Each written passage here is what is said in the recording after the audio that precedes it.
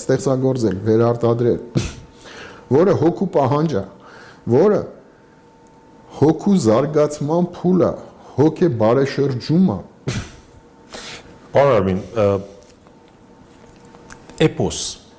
դուք ասում եք, որ էպոսը մեր, սենց, չգիտեմ, էլի, ազգի ինքնության անկյոնակարն է,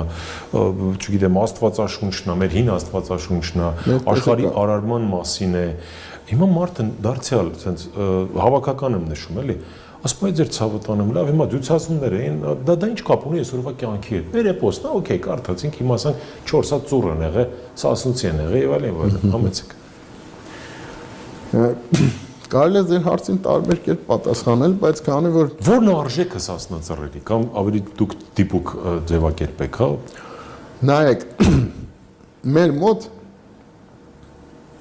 յուրաքանչյուր կերպար կլինի Սանասարի կերպարը, Բաղդասարի կերպարը, Քերի Թորոսի կերպարը, թե ասենք գանք Ձենովոհանի, որը այսօր Ձենովոհանի կերպարը կամ գանք հենց Դավթի կերպարը։ Դա բառացիորեն տիպիկ հավաքական ազգային նկարագիր է։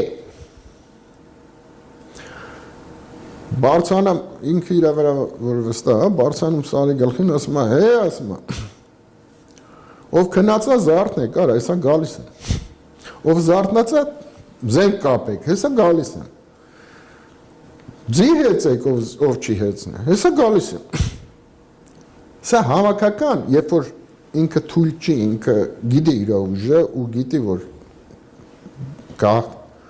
բայց ինքը զգուշացնում է, ինքը քնած տեղը չի գնում սատկացնելու։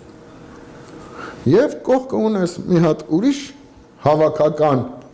կերպար, մարդու թե հավաքականության, ադրբեջանցու մասին է խոսքը, որ քնած տեղը կացնահարում է։ Ռամիլ Սաֆարով։ Այ, հիմա դուք նույն բանը կարող եք տեսնել էպոսի մեջ։ Այսինքն, եթե դու ուզում ես հայ ժողովրդի, հիմա օրինակի համար բոլոր ծրագրավորողներին տվեք խնդիր։ Հայի հավաքական կերպար թող, միլիոն թերթանոց ու բար ծրագրով ինչ-որ մի հատ կարճասած այլաջե բան եք ստանալու, բացեք էպոսը նայած կարճասած Դավիթի կերպարը, քերու կերպար եք ուզում, բացեք Քերի Թորոսի կերպարը, որ լավ խորանակ կտեսնես Արտակ ջան, որ ինքան նման է քո քերն, որ չեմ ասում։ Բացեք որփի նկատմամբ տատիկի կամ հորեղբոր